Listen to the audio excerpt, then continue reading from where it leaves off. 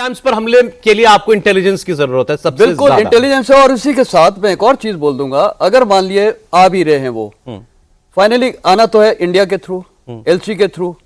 मान लिए एलसी से भी निकल गए, कहीं तो उन्होंने जाना है।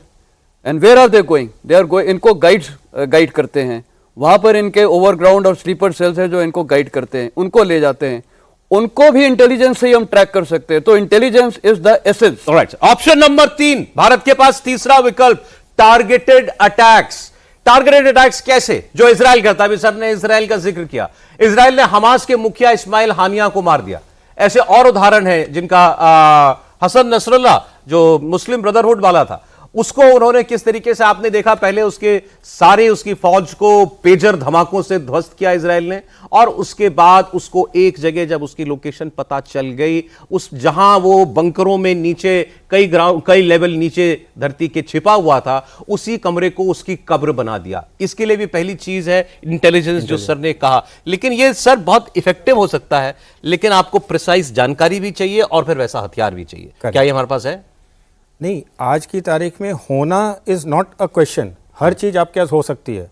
सबसे इम्पॉर्टेंट चीज़ है इंटेंशन। क्या आप इस राह पे चलने को तैयार हैं? एक बार जब आपने डिसाइड कर लिया तो उसके बाद ऑप्शंस एंड एग्जीक्यूशन के तरीके आपके पास अपने आप आ जाएंगे। बट जैसा कि इजराइल ने इस वॉर में दिखाया है, आपने हमास की टॉप लीडरशिप को उड़ा दिया, आपने हिजबुल्लाह की 3 लेयर्स ऑफ लीडरशिप को उड़ा दिया, और अब उसके बाद वो लड़ रहे हैं बट उनकी इफेक्टिवनेस बिल्कुल खत्म हो गई है। हमारे पास ये ऑप्शन हम एक्सरसाइज करने के लिए क्यों नहीं सोच रहे हैं, इसके बारे में सोचना है। लेकिन ये अब हम कर तो रहे हैं। पाकिस्तान तो रोता है ना इसी बात को कि हमारे यहाँ वो नामालूम अफराद आके मार जाते हैं लोगों को, तो वो तो कहता है हिंदुस्तान करा रहा है। We are doing it. बहुत हाई वैल्यू टारगेट शायद हम लोग नहीं कर रहे हैं, हम मिड लेवल या लो लेवल टारगेट्स को शायद उनको जो भी मार रहा है। लेकिन कौन हो सकते हैं भारत के वो दुश्मन जिनको टारगेटेडली भारत हमला कर सकता है जिन पर? देखिए, इस सवाल पे आए उससे पहले जो आपका पिछला सवाल था, पाकिस्तान में 2.5 करोड़ बच्चा स्कूल नहीं जाता, ठीक है? 2.5 करोड़ बच्चे स्कूल से बाहर है, वो कभी लाइफ में स्कूल नहीं जाएंगे, ठीक? वो काम क्या करेंगे? उनको भाई सारे के सारे तो आपके उस प्लम्बर और पंक्चर बनाने वाले तो नहीं बन जाएंगे ना। तो पाकिस्तान के पास एक एंडलेस सप्लाई है टेररिज्म की, ठीक है, टेररिस्ट की। आप कितने मारेंगे बताइए? क्या 2.5 करोड़ मार लेंगे? नहीं मार सकते 2.5 करोड़। तो आपको अपनी स्ट्रैटेजी चेंज करनी पड़ेगी। और यहीं पे मेरी जो है सर से थोड़ी सी डिसएग्रीमेंट है। पाकिस्तान की जो एक्चुअल जो टेररिस्ट कैंप है वो जीएचक्यू रावलपिंडी, पीएमए काकुल और एसएसजी का जो ट्रेनिंग सेंटर है तरबेला में, वो है असली लॉन्च पैड्स, वो है असली ट्रेनिंग कैंप्स, वही वो गंगोत्री है जहां से आतंकवाद की वो गंगा बहती है, ठीक है? तो आपको अगर प्रॉब्लम सॉल्व करनी है तो आपको प्रॉब्लम वहां जाके सॉल्व करनी पड़ेगी जहां से वो प्रॉब्लम का उद्भव हो रहा है, जहां से वो प्रॉब्लम शुरू हो रही है। ट्रेनिंग कैंप्स, जैसे आपने कहा कि हमने भाई एक उरी के बात किया, हमने एक बालाकोट के बात किया, सॉरी ये पुलवामा के बात किया, बालाकोट। हमें कितना टाइम मिला उसके लिए? अच्छा, आप एक चीज ये तो आप देख रहे हैं कि हमें शांति कितने, क्या जो टारगेटेड किलिंग कश्मीर में, जम्मू कश्मीर में होती रही यात्रियों की, रियासी में भी हमला हुआ था ना, ठीक है?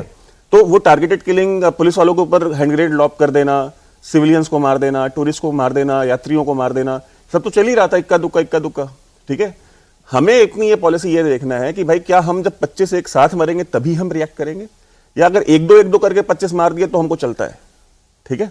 तो ये जो समस्या है ना, ये समस्या आपकी जब तक आप पीएमए नहीं जाएंगे, जीएचक्यू नहीं जाएंगे, तब तक मैं उस पर आता हूं। वो आगे के ऑप्शंस में सर के है, वो सब कुछ भी है, लेकिन ये जो हाई वैल्यू टारगेट्स को दुश्मनों को न्यूट्रलाइज करने का है, हमारे पास प्रिसीजन गाइडेंस। जैसे कौन? भारत में तो हम लोग दशकों से सुनते आ रहे, दाऊद को मारो किसी तरीके से। मैं कहता हूं कि हाफिज सईद है, मौलाना अजहर है। हाफिज सईद तो बाल बचा है अभी, ठीक है?